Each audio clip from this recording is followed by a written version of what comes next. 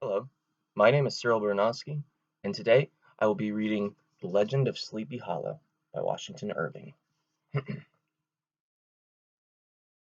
The Legend of Sleepy Hollow. In the bosom of one of those spacious coves which indent the eastern shore of the Hudson, at that broad expansion of the river, denominated by the ancient Dutch navigators the Tappan Zee, and where they always prudently shortened sail and implored the protection of St. Nicholas when they crossed, there lies a small market town or rural port, which by some is called Greensburg, but which is more generally and properly known by the name of Tarrytown. This name was given, we are told, in former days by the good housewives of the adjacent country, from the inveterate propensity of their husbands to linger about the village tavern on market days. Be that as it may, I do not vouch for the fact, but merely advert to it, for the sake of being precise and authentic. Not far from this village, perhaps about 2 miles, there is a little valley, or rather lap of land, among high hills, which is one of the quietest places in the whole world. A small brook glides through it, with just murmur enough to lull one to repose, and the occasional whistle of a quail or tapping of a woodpecker is almost the only sound that ever breaks in upon the uniform tranquillity. I recollect that, when a stripling, my first exploit in squirrel shooting was in a grove of tall walnut trees that shades one side of the valley. I had wandered into it at noontime, when all nature is peculiarly quiet, and was startled by the roar of my own gun as it broke the Sabbath stillness around, and was prolonged and reverberated by the angry echoes. If ever I should wish for a retreat, whither I might steal from the world and its distractions, and dream quietly away the remnant of a troubled life, I know of none more promising than this little valley. From the listless repose of the place, and the peculiar character of its inhabitants, who are descendants of the original Dutch settlers, this sequestered glen has long been known by the name of Sleepy Hollow, and its rustic lads are called the Sleepy Hollow Boys throughout all the neighboring country. A drowsy, dreamy influence seems to hang over the land, and to pervade the very atmosphere. Some say that the place was bewitched by a high German doctor during the early days of the settlement; others, that an old Indian chief, the prophet or wizard of his tribe, held his powwows there before the country was discovered by Master Hendrik Hudson. Certain it is, the place still continues under the sway of some witching power that holds a spell over the minds of the good people, causing them to walk in a continual reverie. They are given to all kinds of marvelous beliefs, are subject to trances and visions, and frequently see strange sights and hear music and voices in the air. The whole neighborhood abounds with local tales, haunted spots, twilight superstitions. Stars shoot and meteors glare oftener across the valley than in any other part of the country, and the nightmare, with her whole ninefold, seems to make it the favorite scene of her gambols. The dominant spirit, however, that haunts this enchanted region, and seems to be commander-in-chief of all the powers of the air, is the apparition of a figure on horseback without a head. It is said, by some, to be the ghost of a Hessian trooper, whose head had been carried away by a cannon ball in some nameless battle during the Revolutionary War, and who is, ever and anon, seen by the country folk, hurrying along in the gloom of night, as if on the wings of the wind. His haunts are not confined to the valley, but extend at times to the adjacent roads, and especially to the vicinity of a church at no great distance. Indeed, certain of the most authentic historians of those parts, who have been careful in collecting and collating the floating facts concerning this spectre, allege that the body of the trooper, having been buried in the churchyard, the ghost rides forth to the scene of battle in nightly quest of his head, and that the rushing speed with which he is sometimes passes along the hollow, like a midnight blast, is owing to his being belated, and in a hurry to get back to the churchyard before daybreak. Such is the general purport of this legendary superstition, which has furnished materials for many a wild story in that region of shadows, and the spectre is known, all the country firesides, by the name of the Headless Horseman of Sleepy Hollow. It is remarkable that the visionary propensity I have mentioned is not confined to the native inhabitants of the valley, but is unconsciously imbibed by everyone who resides there for a time. However wide awake they may be, before they entered that sleepy region, they are sure, in a little time, to inhale the witching influence of the air, and begin to grow imaginative, to dream dreams and see apparitions. I mention this peaceful spot with all possible laud, for it is in little retired Dutch valleys, found here and there, embosomed in the great state of New York, that population, manners, and customs remain fixed, while the great torrent of migration and improvement, which is making such incessant changes in other parts of this restless country, sweeps by them, unobserved. They are like those little nooks of still water which border a rapid stream, where we may see the straw and bubble riding quietly at anchor, or slowly revolving in their mimic harbor, undisturbed by the rush of the passing current.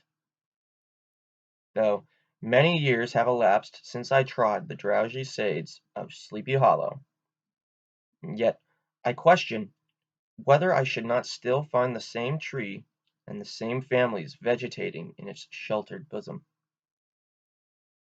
In this byplace of nature, there abode, in a remote period of American history, that is to say, some 30 years since, a worthy wight of the name of Ichabod Crane, who sojourned, or, as he expressed it, tarried, in Sleepy Hollow, for the purpose of instructing children of the vicinity. He was a native of Connecticut, a state which supplies the Union with pioneers for the mind as well as for the forest, and sends forth yearly its legions of frontier woodsmen and country schoolmasters. The cognomen of Crane was not inapplicable to his person. He was tall, but exceedingly lank, with narrow shoulders, long arms and legs, hands that dangle a mile out of his sleeves, feet that may have served for shovels, and his whole frame most loosely hung together. His head was small and flat at top, with huge ears, large green glassy eyes, and a long snipe nose, so that it looked like a weathercock, perched upon his spindle neck to tell which way the wind blew. To see him striding along the profile of a hill on a windy day, with his clothes bagging and fluttering about him, one might have mistaken him for the genius of famine descending upon the earth, or some scarecrow eloped from a cornfield. His schoolhouse was a low building of one large room, rudely constructed of logs, the windows partly glazed, and partly patched with leaves of old copybooks. It was most ingeniously secured at vacant hours by a withe twisted in the handle of the door, and stakes set against the window shutters so that, though a thief might get in with perfect ease, he would find some embarrassment in getting out, an idea most probably borrowed by the architect Jost von Houten from the mystery of an eel pot. The schoolhouse stood in a rather lonely but pleasant situation, just at the foot of a woody hill, with a brook running close by, and a formidable birch tree growing at one end of it. From hence the low murmur of his pupils' voices, conning over their lessons, might be heard in a drowsy summer's day, like the hum of a beehive, interrupted now and then by the authoritative voice of the master, in the tone of menace or command, or, peradventure, by the appalling sound of the birch, as he urged some tardy loiterer along the flowery path of knowledge. Truth to say, he was a conscientious man, and ever bore in mind the golden maxim, spare the rod, spoil the child. Ichabod Crane's scholars certainly were not spoiled. I would not have imagined, however, that he was one of those cruel potentates of the school who joy in the smart of their subjects. On the contrary, he administered justice with discrimination rather than severity, taking the burthen off the backs of the weak and laying it on those of the strong. Your mere puny stripling that winced at the least flourish of the rod was passed by with indulgence, but the claims of justice were satisfied by inflicting a double portion on some little, tough, wrong-headed, broad-skirted Dutch urchin, who sulked and swelled and grew dogged and sullen beneath the birch. All this he called doing his duty by the parents, and he never inflicted a chastisement without following it by an assurance so consolatory to the smarting urchin, that he would remember it and thank him for it the longest day he had to live. When school hours were over, he was even the companion and playmate of the larger boys, and on holiday afternoons would convoy some of the smaller ones home, who happened to have pretty sisters or good housewives for mothers, noted for the comforts of the cupboard. Indeed, it behooved him to keep on good terms with his pupils. The revenue arising from his school was small, and would have been scarcely sufficient to furnish him with daily bread, for he was a huge feeder, and though lank, had the dilating powers of an anaconda, but to help out his maintenance, he was, according to country custom in those parts, boarded and lodged at the houses of farmers, whose children he instructed. With these he lived successfully a week at a time, thus going the rounds of the neighborhood with all his worldly effects tied up in a cotton handkerchief. That all this might not be too onerous on the purses of his rustic patrons, who are apt to consider the costs of schooling a grievous burden, and schoolmasters as mere drones, he had various ways of rendering himself both useful and agreeable. He assisted the farmers occasionally in the lighter labors of their farms, helped to make hay, mended the fences, took the horses to water, drove the cows from pasture, and cut wood for the winter fire. He laid aside, too, all the dominant dignity and absolute sway with which he lorded it in his little empire, the school, and became wonderfully gentle and ingratiating. He found favor in the eyes of the mothers by petting the children, particularly the youngest, and like the lion and bold, which the children whom so magnanimously the lamb did hold, he would sit with a child on one knee, and rock a cradle with his foot for whole hours together.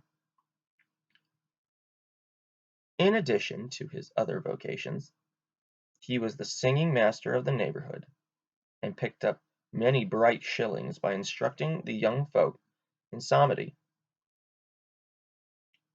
It was a matter of no little vanity to him, on Sundays, to take his station in front of the church gallery with a band of chosen singers, where, in his own mind, he completely carried away the palm from the person.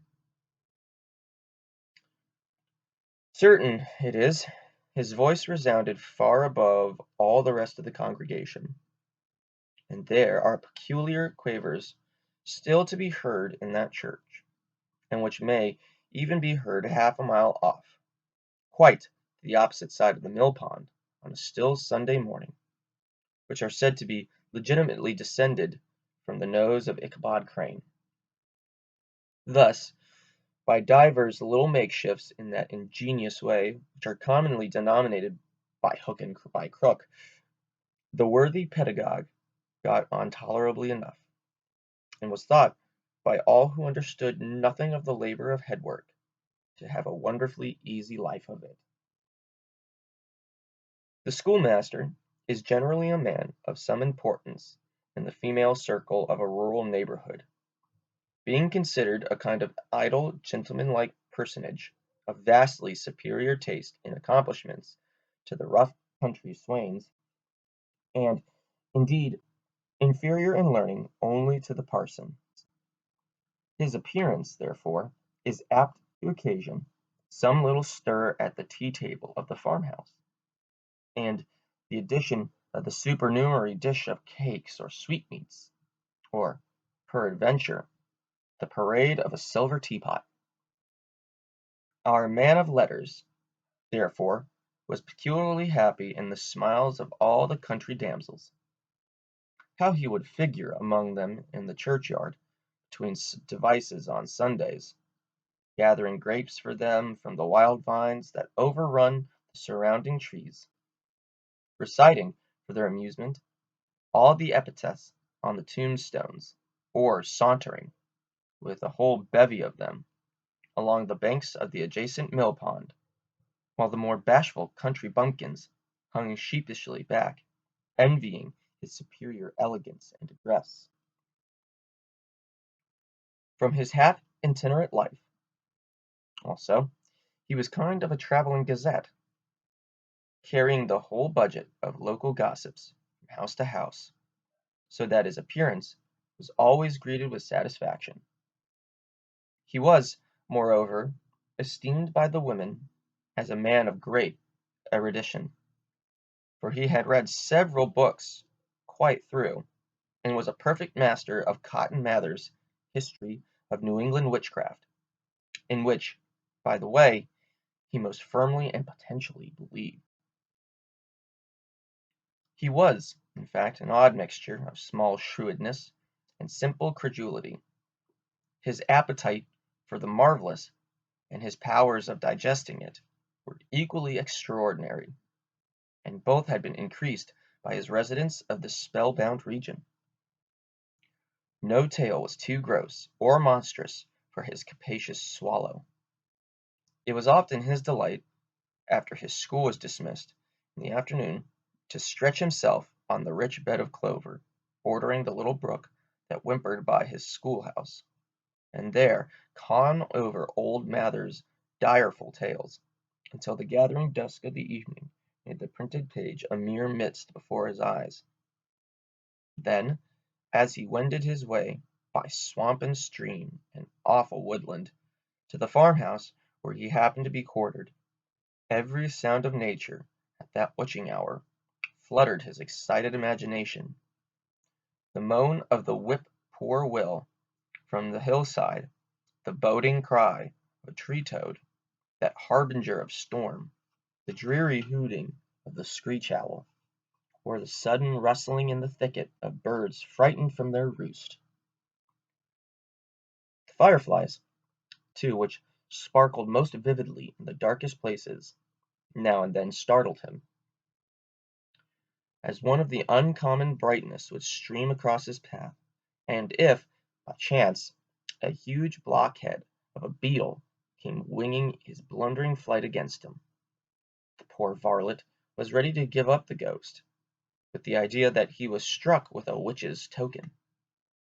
His only resource on such occasions, either to drown thought or drive away evil spirits, was to sing psalm tunes, and the good people of Sleepy Hollow, as they sat by their doors of an evening, were often filled with awe at hearing his nasal melody, in linked sweetness long drawn out, floating from the distant hill, or along the dusky road. Another of his sources of fearful pleasure was to pass long winter evenings with the old Dutch wives as they sat spinning by the fire, with a row of apples roasting and spluttering along the hearth, and listen to their marvelous tales of ghosts and goblins, haunted fields, and haunted brooks, and haunted bridges, and haunted houses, and particularly of the headless horseman or galloping Hessian of the hollow, as they sometimes called him. He would delight them equally by his anecdotes of witchcraft, and of the direful omens and portentous sights and sounds in the air, which prevailed in the earlier times of Connecticut, and frightened them woefully with speculations upon comets and shooting stars, and with the alarming fact that the world did absolutely turn round, and that they were half the time topsy-turvy. But if there was a pleasure in all this, while snugly cuddling in the chimney corner of a chamber that was all of a ruddy glow from the crackling wood fire, and where, of course, no spectre dared to show his face, it was dearly purchased by the terrors of his subsequent walk homewards. What fearful shapes and shadows beset his path, amidst the dim and ghastly glare of a snowy night! With what wistful look did he eye every trembling ray of light streaming across the waste fields from some distant window! How often he was appalled by some shrub covered in snow, which, like a sheeted spectre, beset his very path! How often did he shrink with curdling awe at the sound of his own steps on the frosty crust beneath his feet, and dread to look over his shoulder, lest he should behold some uncouth being tramping close behind him! And how often was he thrown into complete dismay by some rushing blast, howling among the trees, and the idea that it was the galloping Hessian on one of his nightly scourings! All of these, however, were mere terrors of the night, phantoms of the mind that walk in darkness. And though he had seen many spectres in his time, and been more than once beset by Satan in divers shapes, in his lonely perambulations, yet daylight put an end to all of these evils, and he would have passed a pleasant life of it, in despite of the devil and all his works, if his path had not been crossed by a being that causes more perplexity to mortal man than ghosts, goblins, and the whole race of witches put together, and that was a woman.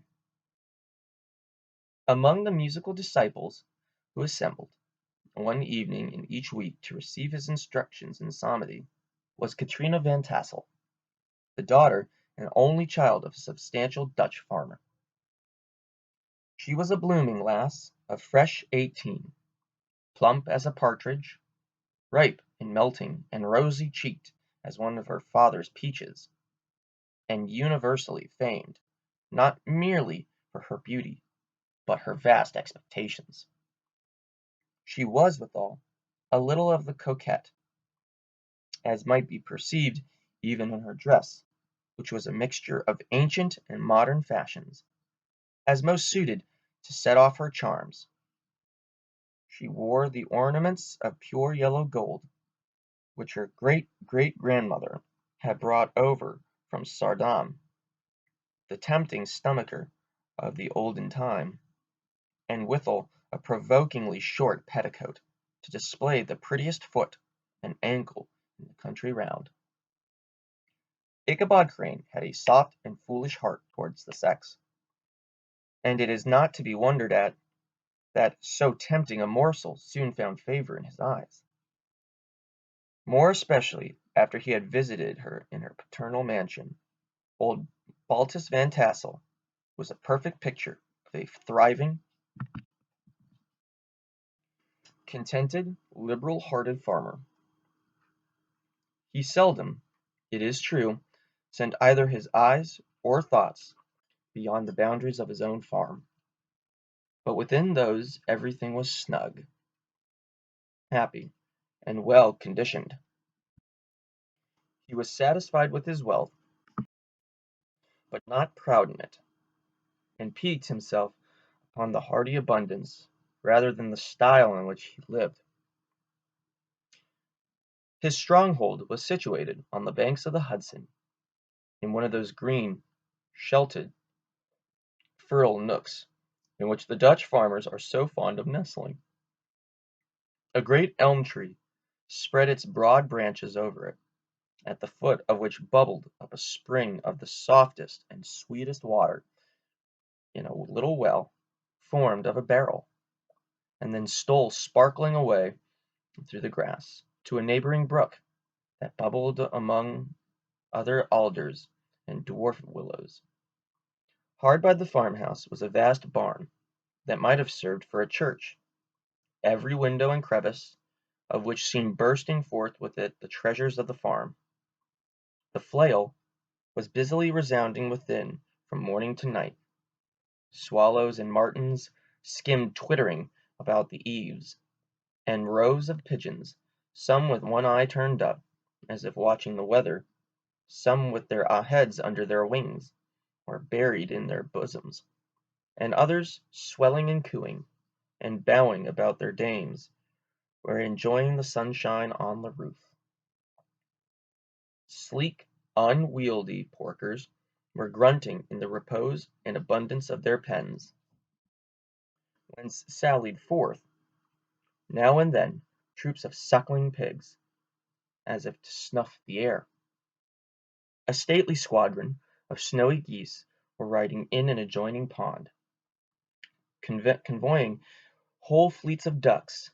Regiments of turkeys were gobbling through the farmyard, and guinea fowls fretting about it like ill-tempered housewives, with their peevish, discontented cry. Before the barn door strutted the gallant cock, that pattern of a husband, a warrior, and a fine gentleman, clapping his burnished wings and crowing in the pride and gladness of his heart, sometimes tearing up the earth at his feet, and then generously calling his ever-hungry family of wives and children to enjoy the rich morsel which he had discovered. The pedagogue's mouth watered as he looked upon this sumptuous promise of a luxurious winter fare. In his devouring mind's eye, he pictured to himself every roasting pig running about with a pudding in his belly and an apple in his mouth. The pigeons were snugly put to bed in a comfortable pie, and tucked in with a coverlet of crust. The geese were swimming in their own gravy, and the ducks pairing cosily in dishes, like snug married couples with a decent competency of onion sauce. In the porkers he saw carved out the future sleek side of bacon, and juicy relishing of ham, not a turkey, but he beheld daintily trussed up, with its gizzard under its wing, and, peradventure, a necklace of savory sausages, and even bright Chanticleer, himself laying sprawling on his back, in a side dish, with uplifted claws, as if craving that quarter which his chivalrous spirit disdained to ask while living. As the enraptured Ichabod fancied all this, and as he rolled his great green eyes over the fat meadowlands, the rich fields of wheat, of rye, of buckwheat, Indian corn, and the orchards burthened with ruddy fruit, which surrounded the warm tenement of Van Tassel, his heart yearned after the damsel, who was to inherit these domains, and his imagination expanded with the idea how they might be readily turned into cash, and the money invested in immense tracts of wild land, and shingle palaces in the wilderness. Nay, his busy fancy already realized his hopes, and presented to him the blooming Katrina with a whole family of children, mounted on the top of a wagon loaded with household trumpery, with pots and kettles dangling beneath, and he beheld himself bestriding a pacing mare with a colt at her heels, setting out for Kentucky, Tennessee, or Lord knows where. When he entered the house, the conquest of his heart was complete. It was one of those spacious farmhouses, with high-ridged but lowly sloping roofs, built in the style handed down from the first Dutch settlers, the low projecting eaves forming a piazza along the front, capable of being closed up in bad weather. Under this were hung flails, harness, various utensils of husbandry, and nets for fishing in the neighboring river. Benches were built along the sides for summer use, and a great spinning wheel at one end, and a churn at the other, showed the various uses to which this important porch might be devoted. From this piazza the wondering Ichabod entered the hall, which formed the centre of the mansion, and the place of usual residence. Here rows of resplendent pewter, ranged on a long dresser, dazzled his eyes. In one corner stood a huge bag of wool, ready to be spun; in another a quantity of linsey woolsey, just from the loom, ears of Indian corn, and strings of dried apples and peaches hung in gay festoons along the walls, mingled with the gaud of red peppers, and a door left ajar gave him a peep into the best parlour, where the claw-footed chairs and dark mahogany tables shone like mirrors andirons, with their accompanying shovel and tongs glistened from their covert of asparagus tops, mock oranges, and conch shells decorated above the mantelpiece. Strings of various coloured birds' eggs were suspended above it, a great ostrich egg was hung from the centre of the room, and a corner cupboard, knowingly left open, displayed immense treasures of old silver and well-mended china. From the moment Ichabod laid his eyes upon these regions of delight, the peace of his mind was at an end, and his only study was how to gain the affections of the peerless daughter of Van Tassel. In this enterprise, however, he had more real difficulties than generally fell to the lot of a knight-errant of yore, who seldom had anything but giants, enchanters, fiery dragons, and such like easily conquered adversaries to contend with, and had to make his way merely through gates of iron and brass, and walls of adamant, to the castle keep where the lady of his heart was confined, all which he achieved as easily as a man would carve his way to the centre of a Christmas pie, and then the lady gave him her hand as a matter of course. Ichabod, on the contrary, had to win his way to the heart of a country coquette, beset with a labyrinth of whims and caprices, which were forever presenting new difficulties and impediments, and he had to encounter a host of fearful adversaries of real flesh and blood, the numerous rustic admirers who beset every portal to her heart, keeping a watchful and angry eye upon each other, but ready to fly out in the common cause against any new competitor. Among these, the most formidable was a burly, roaring, roystering blade of the name of Abraham, or according to the Dutch abbreviation, Brom van Brunt, the hero of the country round, which rang with his feats of strength and hardihood. He was broad-shouldered and double-jointed, with short curly black hair, and a bluff, not unpleasant countenance, having a mingled air of fun and arrogance. From his herculean frame and great powers of limb he had received the nickname of Brom Bones. by which he was universally known. He was famed for great knowledge and skill in horsemanship, being as dexterous on horseback as a Tartar. He was foremost at all races and cockfights, and, with the ascendancy which bodily strength acquires in rustic life, was the umpire in all disputes, setting his hat on one side, and giving his decisions with an air and tone admitting of no gainsay or appeal. He was always ready for either a fight or a frolic, but had more mischief than ill will in his composition, and, with all his overbearing roughness, there was a strong dash of waggish good humour at the bottom. He had 3 or 4 boon companions, who regarded him as their model, and at the head of whom he scoured the country, attending every scene of feud or merriment for miles round. In cold weather he was distinguished by a fur cap, surmounted with a flaunting fox's tail, and when the folks at the country gathering descried this well-known crest at a distance, whisking about among a squad of hard riders, they always stood by for a squall.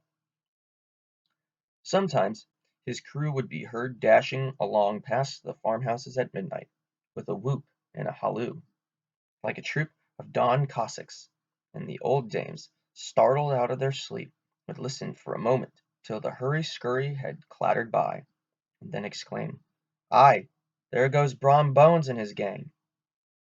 The neighbours looked upon him with a mixture of awe, admiration, and good-will, and when any madcap prank or rustic brawl occurred in the vicinity, always shook their heads and warranted Brom Bones was at the bottom of it. This rantipole hero had for some time singled out the blooming Katrina for the object of his uncouth gallantries, and though his amorous toyings were something like a gentle caress and endearments of a bear, yet it was whispered that she did not altogether discourage his hopes.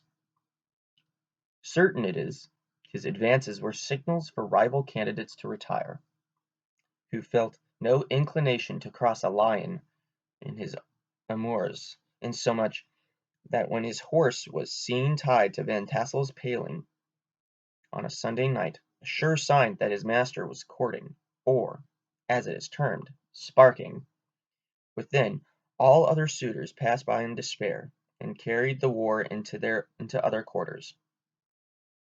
Such was the formidable rival with whom Ichabod Crane had to contend, and, considering all things, a stouter man than he would have shrunk from the competition, and a wiser man would have despaired.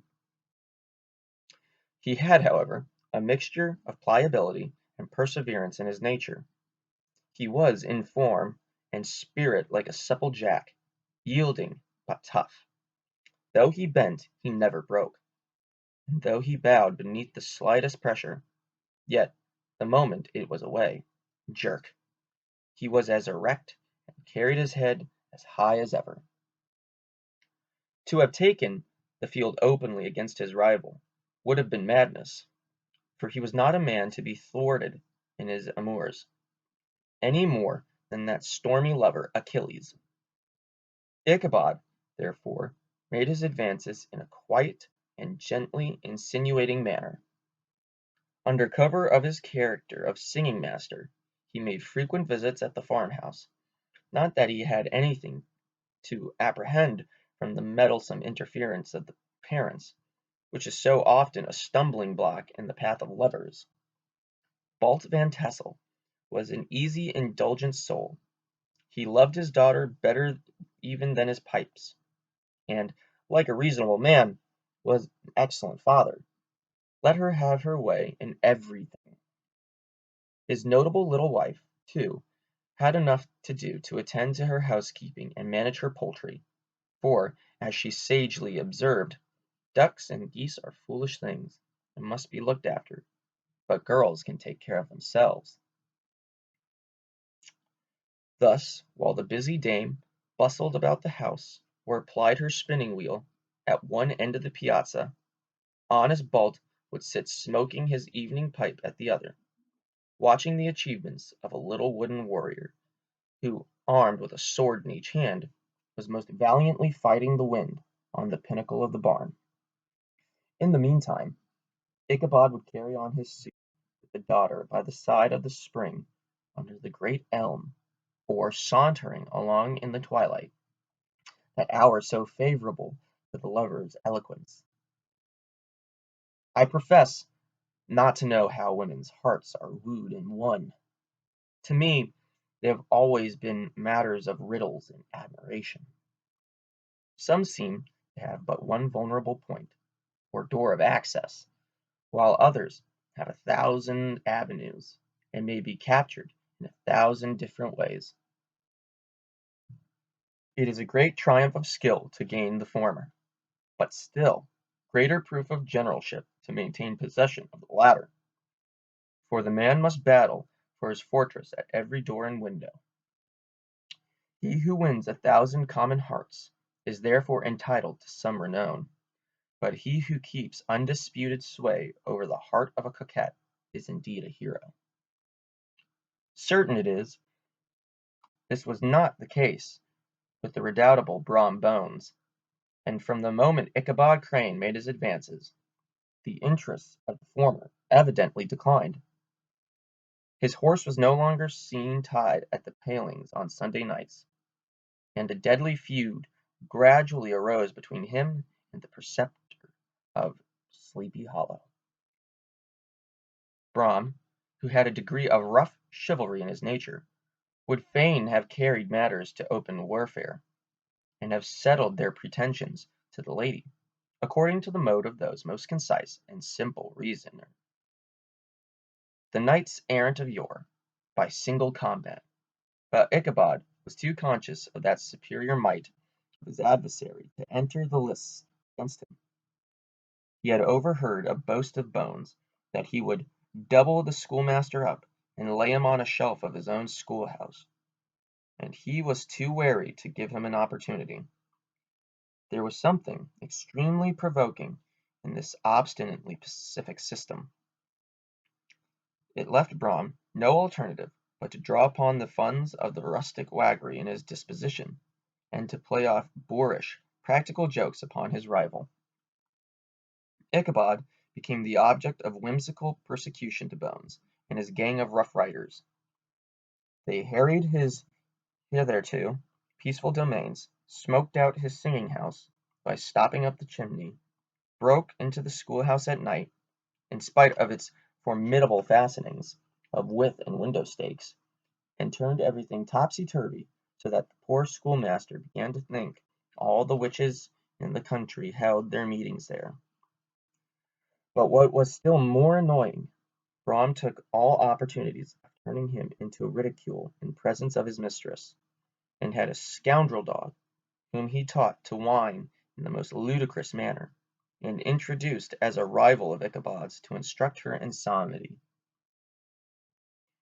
In this way matters went on for some time, without producing any material effect on the relative situation of the contending powers. On a fine autumnal afternoon, Ichabod, in pensive mood, sat enthroned on the lofty stool whence he usually watched all the concerns of his little literary realm. In his hand he swayed a ferule, that sceptre of despotic power. The birch of justice reposed on 3 nails behind the throne, a constant terror to evildoers, while on the desk before him might have been a sundry contraband, articles and prohibited weapons, detected upon the persons of idle urchins, such as half-munched apples, popguns, whirligigs, fly-cages, and whole legions of rampant little paper gamecocks. Apparently there had been some appalling act of justice recently inflicted, for his scholars were all busily intent upon their books, or slyly whispering behind them, with one eye kept upon the master, and a kind of buzzing stillness reigned throughout in the schoolroom. It was suddenly by the appearance of a negro, in a tow cloth jacket and trousers, a round crowned fragment of a hat, like the cap of Mercury, and mounted on the back of a ragged, wild, half-broken colt, which he managed with a rope by the way of halter. He came clattering up to the school door with an invitation to Ichabod to attend a merry-making or quilting frolic to be held that evening at Mynheer Van Tassel's, and having delivered his message with that air of importance and effort at fine language which a negro is apt to display on petty embassies of the kind, he dashed over the brook and was seen scampering away up the hollow, full of the importance and hurry of his mission. All was now bustle and hubbub in the late quiet schoolroom. The scholars were hurried through their lessons without stopping at trifles. Those who were nimble skipped over half with impunity, and those who were tardy had a smart application now, and then in the rear quickened their speed, or helped them over a tall word. Books were flung aside without being put away on the shelves, inkstands were overturned, benches thrown down, and the whole school was turned loose an hour before the usual time, bursting forth like a legion of young imps, yelping and racketing about the green in joy of their early emancipation. The gallant Ichabod now spent at least an extra half-hour at his toilet, brushing and furbishing up his best, and indeed only suit of rusty black, and arranging his looks by a bit of broken looking-glass that hung up in the schoolhouse, that he might make his appearance before his mistress in the true style of the cavalier. He borrowed a horse from the farmer, with whom he was domiciliated, a choleric old Dutchman of the name of Hans van Ripper, and thus gallantly mounted, issued forth like a knight errant in quest of adventure. But it is meet I should, in the true spirit of romantic story, give some account of the looks and equipments of my hero and his steed. The animal he bestrode was a broken-down plough-horse, that had outlived almost everything but his viciousness. He was gaunt and shagged with a ewe-neck and a head like a hammer. His rusty mane and tail were tangled and knotted with burrs. One eye had lost its pupil, and was glaring and spectral, but the other had the gleam of the genuine devil in it. Still, he must have had fire and metal in his day, if we may judge from the name he bore of Gunpowder. He had, in fact, been a favourite steed of his master's, the choleric Van Ripper, who was a furious rider, and had infused, very probably, some of his own spirit into the animal, for, old and broken down as he looked, there was still more of the lurking devil in him than in any young filly in the country. Ichabod was a suitable figure for such a steed. He rode with short stirrups, which brought his knees nearly up to the pommel of the saddle. His sharp elbows stuck out like grasshoppers. He carried his whip perpendicularly in his hand, like a sceptre, and, as his horse jogged on, the motion of his arms was not unlike the flapping of a pair of wings. A small wool hat rested on the top of his nose, for so his scanty strip of forehead might be called, and the skirts of his black coat fluttered almost to the horse's tail. Such was the appearance of Ichabod and his steed as they shambled out of the gate of Hans van Ripper, and it was altogether such an apparition as is seldom to be met with in broad daylight. It was, as I have said, a fine autumn day. The sky was clear and serene, and nature wore that rich and golden livery which we always associate with the idea of abundance. The forests had put on their sober brown and yellow, while some trees of the tenderer kind had been nipped by the frosts into brilliant dyes of orange, purple, and scarlet. Streaming files of wild ducks began to make their appearance high in the air. The bark of the squirrel might be heard from the groves of beech and hickory nuts, and the pensive whistle of the quail at intervals from the neighboring stubble field. The small birds were taking their farewell banquets. In the fullness of their revelry they fluttered, chirping and frolicking, from bush to bush and tree to tree, capricious from the very profusion and variety around them.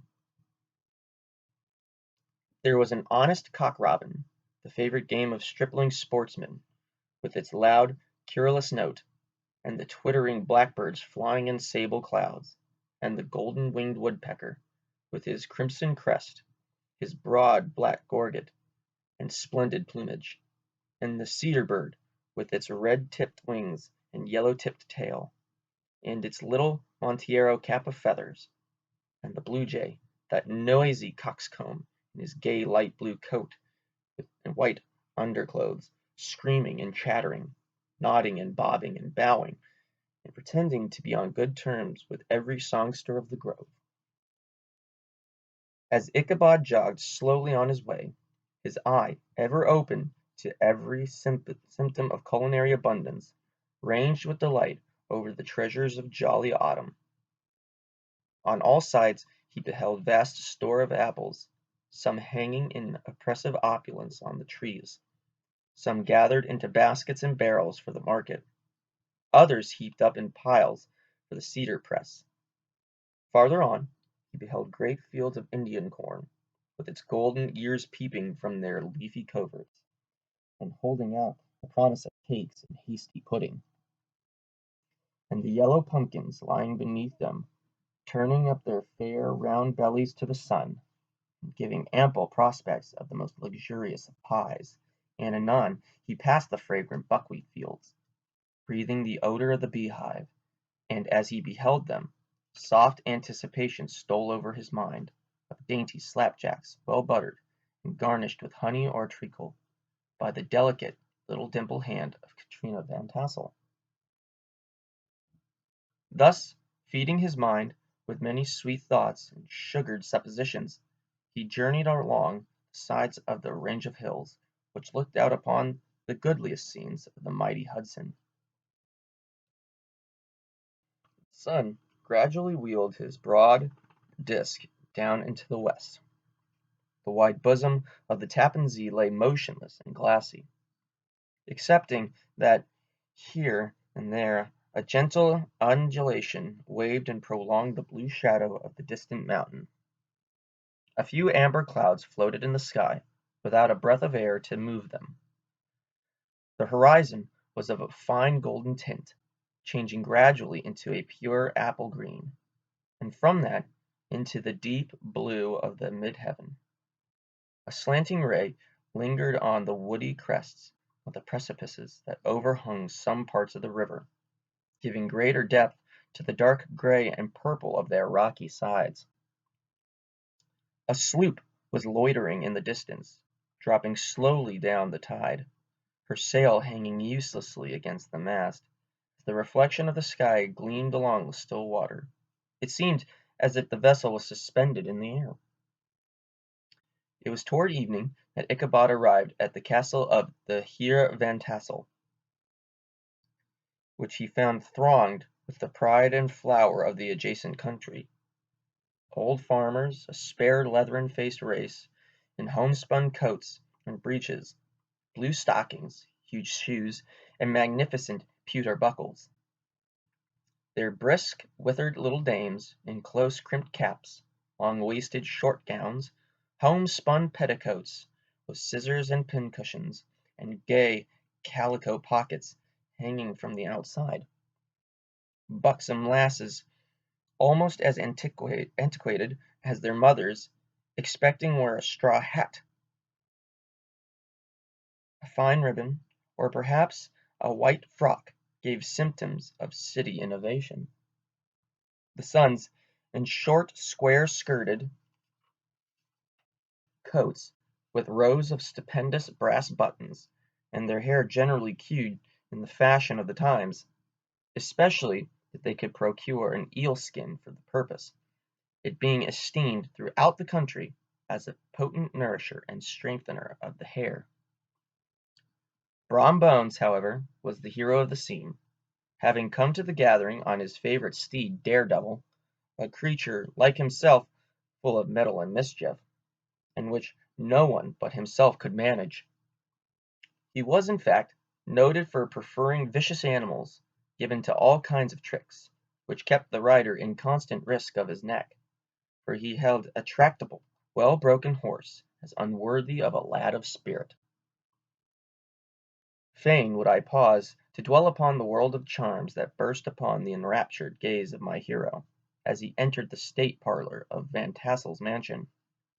Not those of the bevy of buxom lasses, with their luxurious display of red and white, but the ample charms of a genuine Dutch country tea-table, in the sumptuous times of autumn. Such heaped-up platters of cakes of various and almost indescribable kinds, known only to experienced Dutch housewives.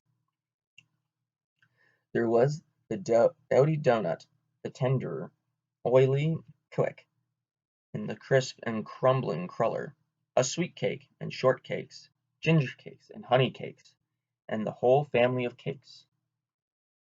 And then there were apple pies and peach pies and pumpkin pies, besides slices of ham and smoked beef, and moreover delectable dishes of preserved plums and peaches and pears and quinces, not to mention broiled shad and roasted chickens, together with bowls of milk and cream, all mingled higgledy-piggledy, pretty much as I have enumerated them, with the motherly teapot sending up its clouds of vapour from the midst. Heaven bless the mark! I want breath and time to discuss this banquet as it deserves, and am too eager to get on with my story. Happily, Ichabod was not in so great a hurry as his historian, but did ample justice to every dainty. He was a kind and thankful creature, whose heart dilated in proportion as his skin was filled with good cheer, and whose spirits rose with eating as some men's do with drink. He could not help, too, rolling his large eyes round him as he ate, and chuckling with the possibility that he might one day be lord of all this scene of almost unimaginable luxury and splendor. Then he thought how soon he'd turn his back upon the old schoolhouse, snap his fingers in the face of Hans von Ripper and any other niggardly patron, and kick any iterate pedagogue out of doors that should dare to call him comrade. Old Baltus Van Tassel moved about among his guests with a face dilated with content and good humor. Round and jolly as the harvest moon, his hospitable attentions were brief but expressive, being confined to a shake of the hand, a slap on the shoulder, a loud laugh, and a pressing invitation to fall to and help themselves. And now the sound of the music from the common room, or hall, summoned to the dance. The musician was an old gray-headed negro, who had been the itinerant orchestra of the neighborhood for more than half a century. His instrument was as old and battered as himself. The greater part of the time he scraped on 2 or 3 strings, accompanying every movement of the bow with a motion of the head, bowing almost to the ground, and stamping with his foot whenever a fresh couple were to start. Ichabod prided himself on his dancing as much as upon his vocal powers. Not a limb, not a fibre about him was idle, and to have seen his loosely hung frame in full motion and clattering about the room, you would have thought that St. Vitus himself, that blessed patron of the dance, was figuring before you in person. He was the admiration of all the negroes, who, having gathered of all ages and sizes from the farm in the neighborhood, stood forming a pyramid of shining black faces at every door and window, gazing with delight at the scene, rolling their white eyeballs and showing grinning rows of ivory from ear to ear. How could the flogger of urchins be otherwise than animated and joyous? The lady of his heart was his partner in the dance, and smiling graciously in reply to all his amorous oglings. Brom Bones, sorely smitten with love and jealousy, sat brooding by himself in one corner. When the dance was at an end, Ichabod was attracted to a knot of the sager folks, who, with old Van Tassel, sat smoking at one end of the piazza, gossiping over former times and drawing out long stories about the war. This neighborhood, at the time of which I am speaking, was one of those highly favored places which abound with chronicle and great men. The British and American line had run near it during the war. It had therefore been the scene of marauding and infested with refugees, cowboys, and all kinds of border chivalry.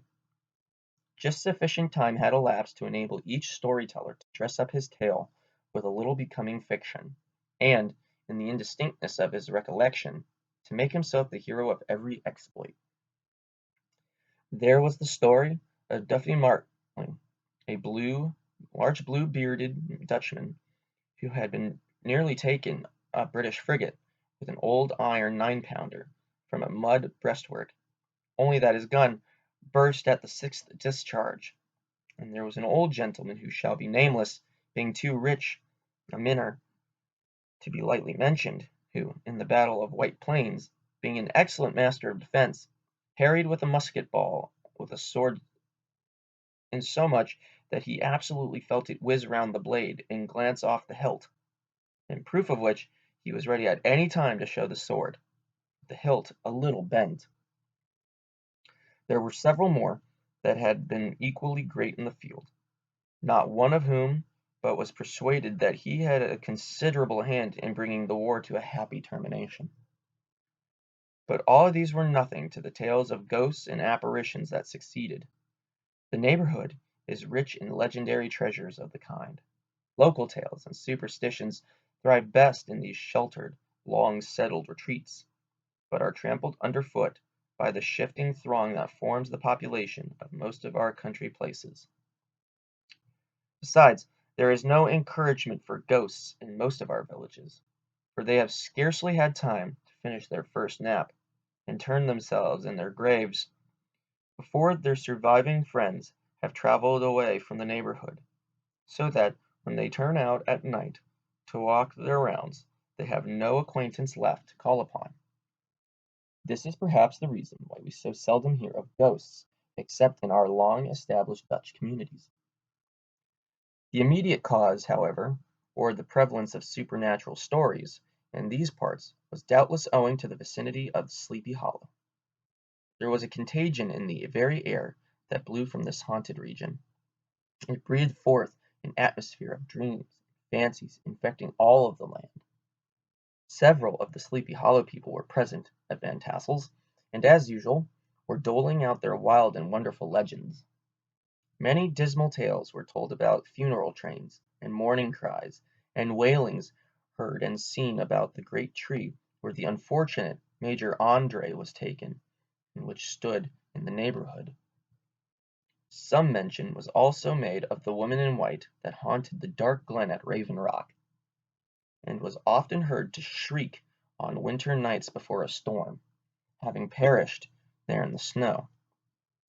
The chief part of the stories, however, turned upon the favorite spectre of Sleepy Hollow, the Headless Horseman, who had been heard several times of late patrolling the country, and, it was said, tethered his horse nightly among the graves in the churchyard.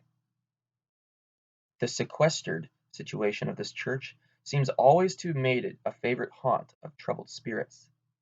It stands on a knoll, surrounded by locust trees and lofty elms, from among which its decent whitewashed walls shine modestly forth, like Christian purity beaming through the shades of retirement. A dark, gentle slope descends from it to a silver sheet of water, bordered by high trees, between which peeps may be caught at the blue hills of the Hudson. To look upon its grass-grown yard, where the sunbeams seem to play so quietly, one would think that there at least the dead might rest in peace. On one side of the church extends a wide, woody dell, along which raves a large brook among broken rocks and trunks of fallen trees. Over a deep black part of the stream, not far from the church, was formerly thrown a wooden bridge. The road that led to it and the bridge itself were thickly shaded by overhanging trees, which cast a gloom about it, even in daytime, but occasioned a fearful darkness at night. This was one of the favorite haunts of the Headless Horseman, and the place he most frequently encountered. The tale was told of old Brewer, a most heretical disbeliever in ghosts, how he met the horseman, returning from his foray into Sleepy Hollow, and was obliged to get up behind him, how they galloped over bush and brake, over hill and swamp, until they reached the bridge, when the horseman suddenly turned into a skeleton, threw old Brewer into the brook, and sprang away over the tree tops with a clap of thunder. This story was immediately matched by the thrice marvellous adventure of Brom Bones, who made light of the galloping Hessian as an errant jockey. He affirmed that, on returning one night from the neighbouring village of Sing Sing, he had been overtaken by this midnight trooper, that he had offered to race with him for a bowl of punch, and should have won it too, for Daredevil beat the goblin horse all hollow. But, just as they came to the church bridge, the Hessian bolted and vanished in a flash of fire.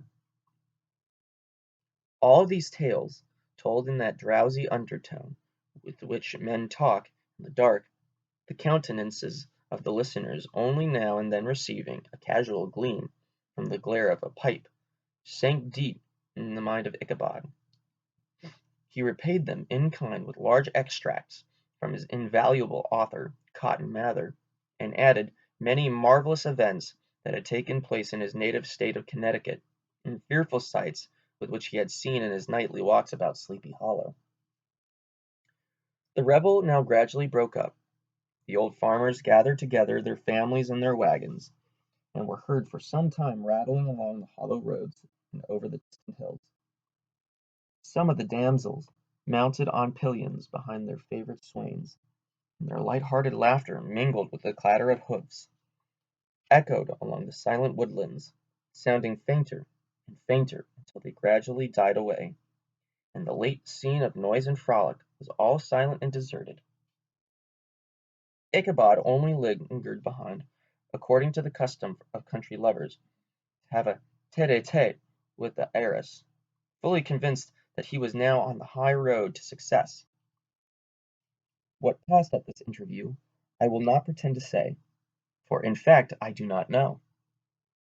Something, however, I fear me, must have gone wrong, for he certainly sallied forth, after no great interval, with an air quite desolate and chopfallen.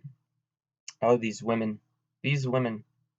Could that girl have been playing off any of her coquettish tricks?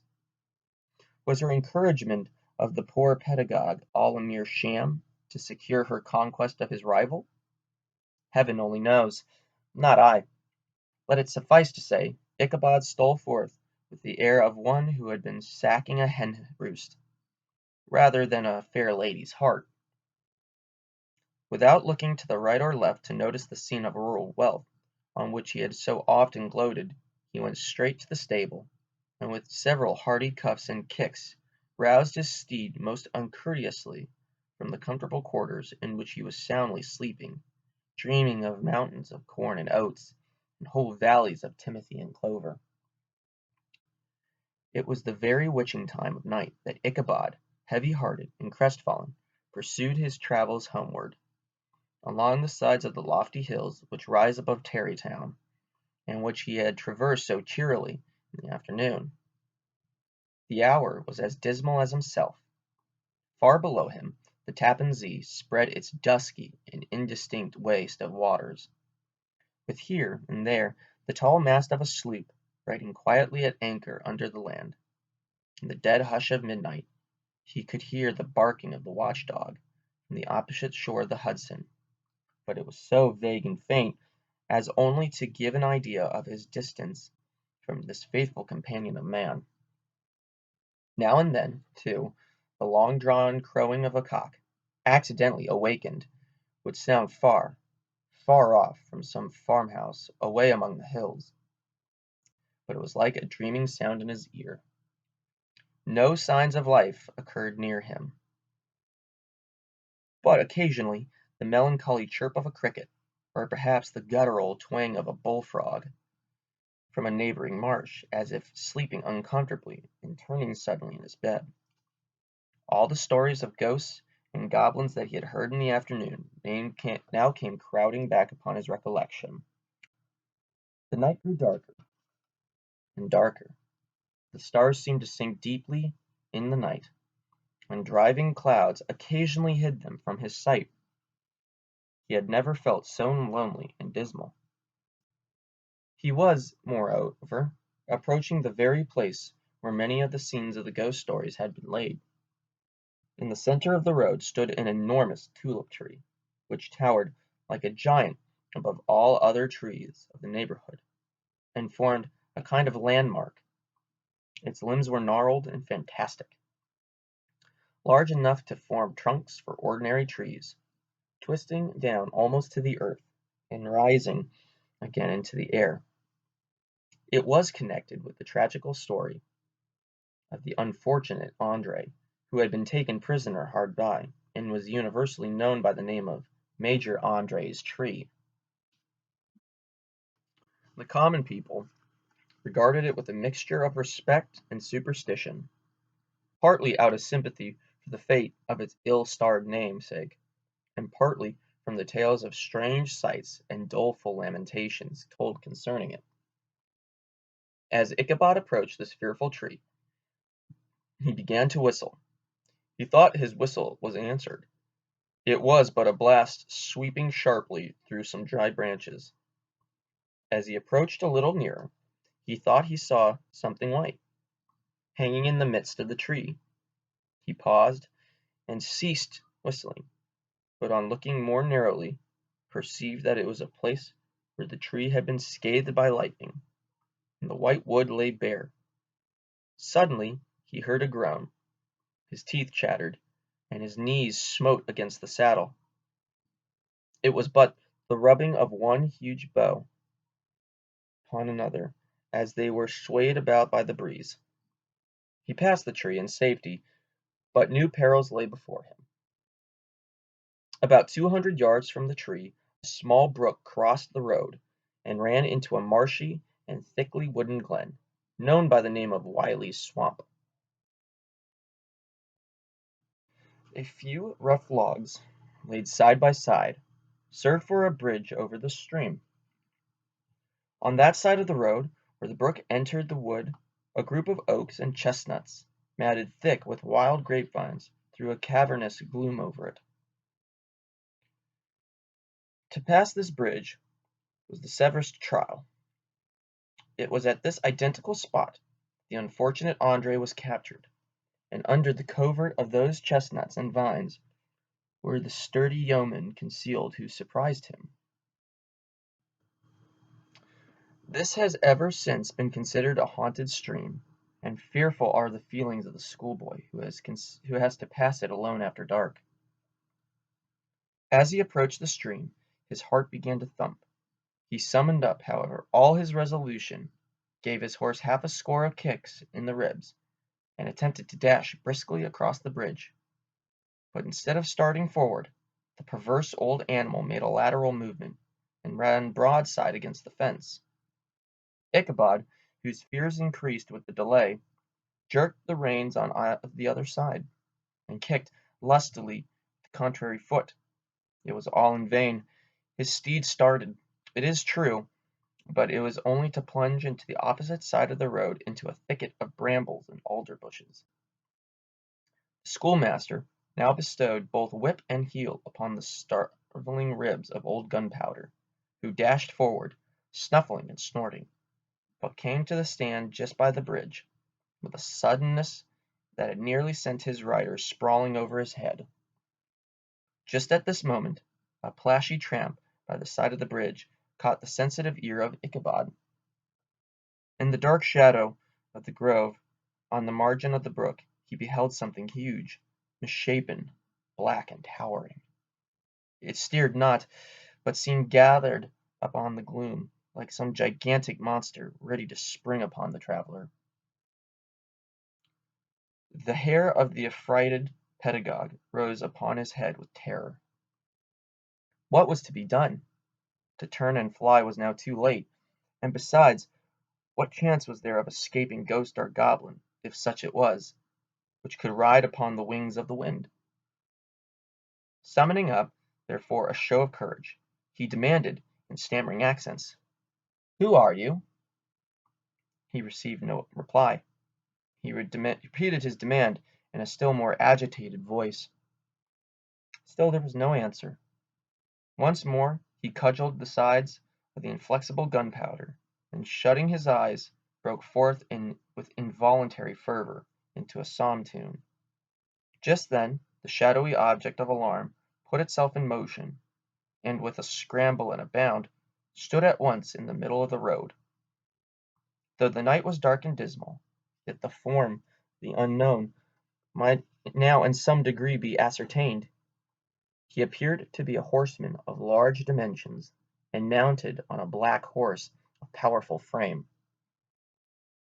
He made no offer of molestation or sociability, but kept aloof on one side of the road, jogging along on the blind side of old Gunpowder, who had now got over his fright and waywardness. Ichabod, who had no relish for this strange midnight companion, and bethought himself of the adventure of Brom Bones with the galloping Hessian, now quickened his steed, in hopes of leaving him behind. The stranger, however, quickened his horse to an equal pace. Ichabod pulled up, and fell into a walk, thinking to lag behind. The other did the same. His heart began to sink within him. He endeavoured to resume his psalm tune, but his parched tongue clove to the roof of his mouth, and he could not utter a stave. There was something in the moody and dogged silence of this pertinacious companion that was mysterious and appalling. It was soon fearfully accounted for.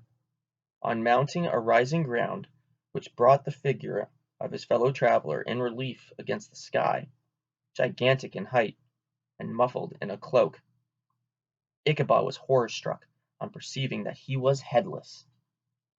But this horror was still more increased on observing that the head, which should have rested on his shoulders, was carried before him on the pommel of his saddle.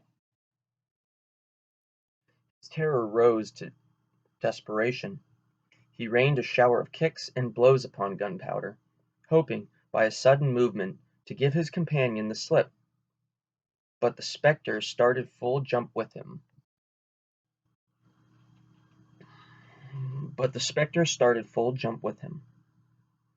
Away then they dashed, through thick and thin, stones flying and sparks flashing at every bound. Ichabod's flimsy garments fluttered in the air as he stretched his long, lank body over the horse's head in the eagerness of his flight. They had now reached the road which turns off to Sleepy Hollow, but Gunpowder, who seemed possessed with a demon, instead of keeping up with it, made an opposite turn, and plunged headlong downhill to the left.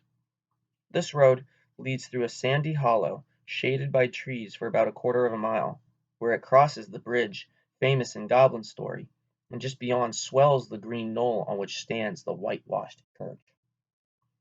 As yet the panic of the steed had given his unskilful rider an apparent advantage in the chase, but just as he got half-way through the hollow, the girths of the saddle gave way, and he felt it slipping from underneath him.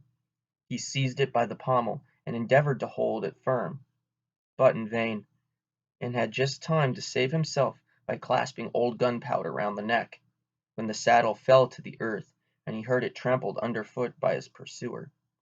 For a moment the terror of Hans von Ripper's wrath passed across his mind, for it was his Sunday saddle.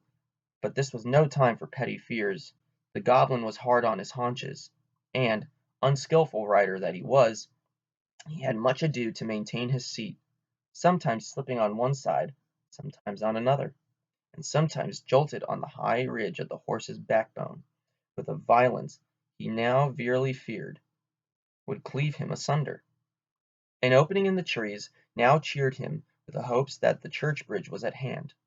The wavering reflection of a silver star in the bosom of the brook told him that he was not mistaken. He saw the walls of the church dimly glaring under the tree beyond. He recollected the place where Brom Bones's ghostly competitor had disappeared.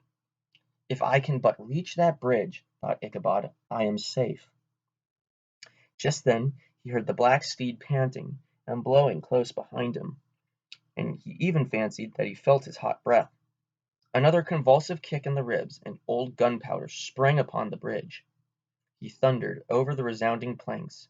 He gained the opposite side, and now Ichabod cast a look behind him to see if his pursuer should vanish, according to the rule, in a flash of fire and brimstone. Just then he saw the goblin rising in his stirrups, and in the very act of hurling his head at him. Ichabod endeavored to dodge this horrible missile, but too late. It encountered his cranium with a tremendous crash. He was tumbled headlong into the dust, and Gunpowder, the black steed, and the goblin rider passed by like a whirlwind. The next morning the old horse was found without his saddle, and with the bridle under his feet, soberly cropping at the grass at his master's gate.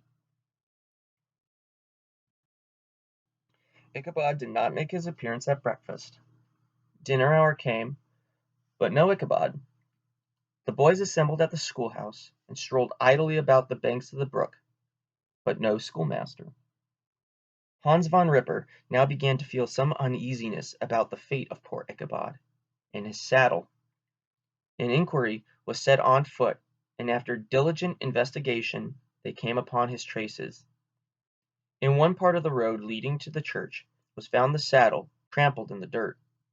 The tracks of horses' hoofs, deeply dented in the road, and evidently at furious speed, were traced to the bridge, beyond which, on the bank of a broad part of the brook, where the water ran deep and black, was found the hat of the unfortunate Ichabod, and close beside it a shattered pumpkin. The brook was searched, but the body of the schoolmaster was not to be discovered. Hans von Ripper, as executor of his estate, examined the bundle which contained all his worldly effects. They consisted of 2 shirts and a half, 2 stocks for the neck, a pair of 2 of worsted stockings, an old pair of corduroy small clothes, a rusty razor, a book of psalm tunes, full of dog's ears, and a broken pitch pipe.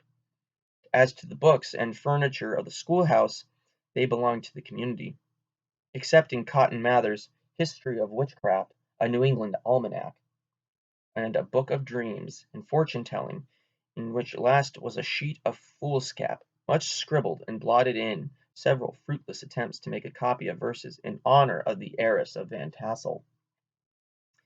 These magic books and the poetic scroll were forthwith consigned to the flames by Hans von Ripper, who from that time forward determined to send his children no more to school, observing that he never knew any good can come of this same reading and writing. Whatever money the schoolmaster possessed, and he had received a quarter's pay but a day or 2 before, he must have had about his person at the time of his disappearance. The mysterious event caused much speculation at church on the following Sunday. Knots of gazers and gossips were collected in the churchyard, at the bridge, and at the spot where the hat and pumpkin had been found. The stories of Brower and Bones, and a whole budget of others, were called to mind, and when they had diligently considered them all, and compared them with the symptoms of the present case, they shook their heads, and came to the conclusion that Ichabod had been carried off by the galloping Hessian. As he was a bachelor, and in nobody's debt, nobody troubled his head any more about him. The school was removed to a different quarter of the hollow, and another pedagogue reigned in his stead. It is true, an old farmer, who had been down to New York on a visit several years after, and from whom this account of the ghostly adventure was received, brought home the intelligence that Ichabod Crane was still alive, and he had left the neighborhood partly through fear of the goblin and Hans von Ripper, and partly in mortification at having been suddenly dismissed by the heiress, that he changed his quarters to a distant part of the country, and had kept school and studied law at the same time, had been admitted to the bar, turned politician, electioneered, written for the newspapers, and finally been made justice of the 10-pound court. Brom Bones, too, who shortly after his rival's disappearance conducted the blooming Katrina in triumph to the altar, was observed to look exceedingly knowing whenever the story of Ichabod was related, and always burst into a hearty laugh at the mention of the pumpkin, which led some to suspect that he knew more about the matter than he chose to tell. The old country wives, however, who are the best judges of these matters, maintain to this day that Ichabod was spirited away by supernatural means, and it is a favorite story often told about the neighborhood round the winter evening fire. The bridge became more and more an object of superstitious awe, and that may be the reason why the road has been altered of late, so as to approach the church by the border of the mill pond. The schoolhouse, being deserted, soon fell to decay, and was reported to be haunted by the ghost of the unfortunate pedagogue, and the ploughboy loitering homeward of a still summer evening has often fancied his voice at a distance, chanting a melancholy psalm tune among the tranquil solitudes of Sleepy Hollow.